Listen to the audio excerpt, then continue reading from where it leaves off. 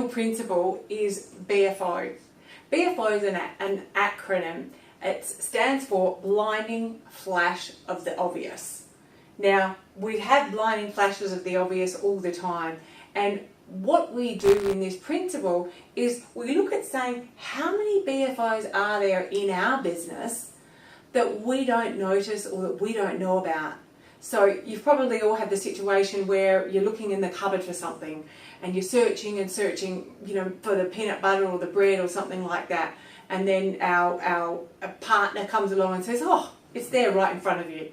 And it's like, oh gosh, it was so obvious, it was there in front of me, but I was so busy looking everywhere else, so busy caught up that I didn't actually see what was staring me in the face right there. And that's a blinding flash of the obvious.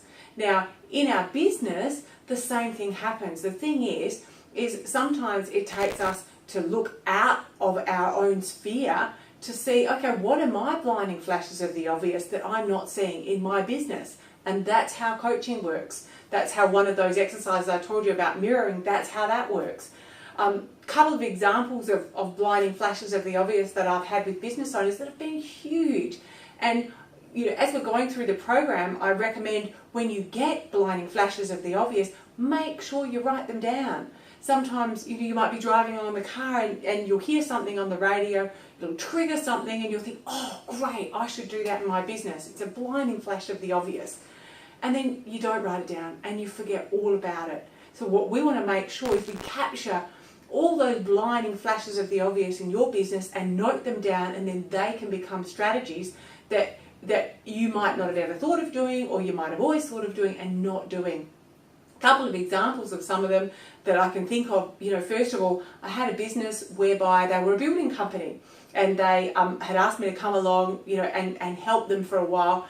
And they had a bit of a cash flow challenge at the time. I just started working with them and we were looking at, okay, what happens in the process of getting council approval to get buildings done? And one of the processes is they have to give in curb bonds. So interestingly enough, we were looking at, okay, who claims the curb bonds back?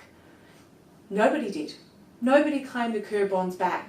After we went and did some investigative work, we found out that there was over $100,000 in curb bonds sitting out there in councils, that the councils had a slip up in their paperwork and not refunded the building company.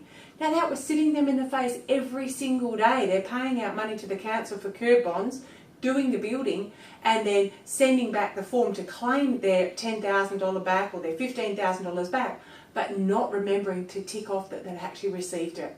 Really easy for me to see from an outsider's point of view, but not so easy for them to see when they're actually when they're working in the everyday process of the business.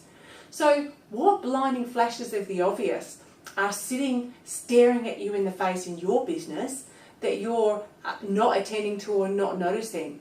So start to look for them, and when they happen, when that light bulb goes off, make sure you start to write them down and keep a track of them and see how they would change in your business.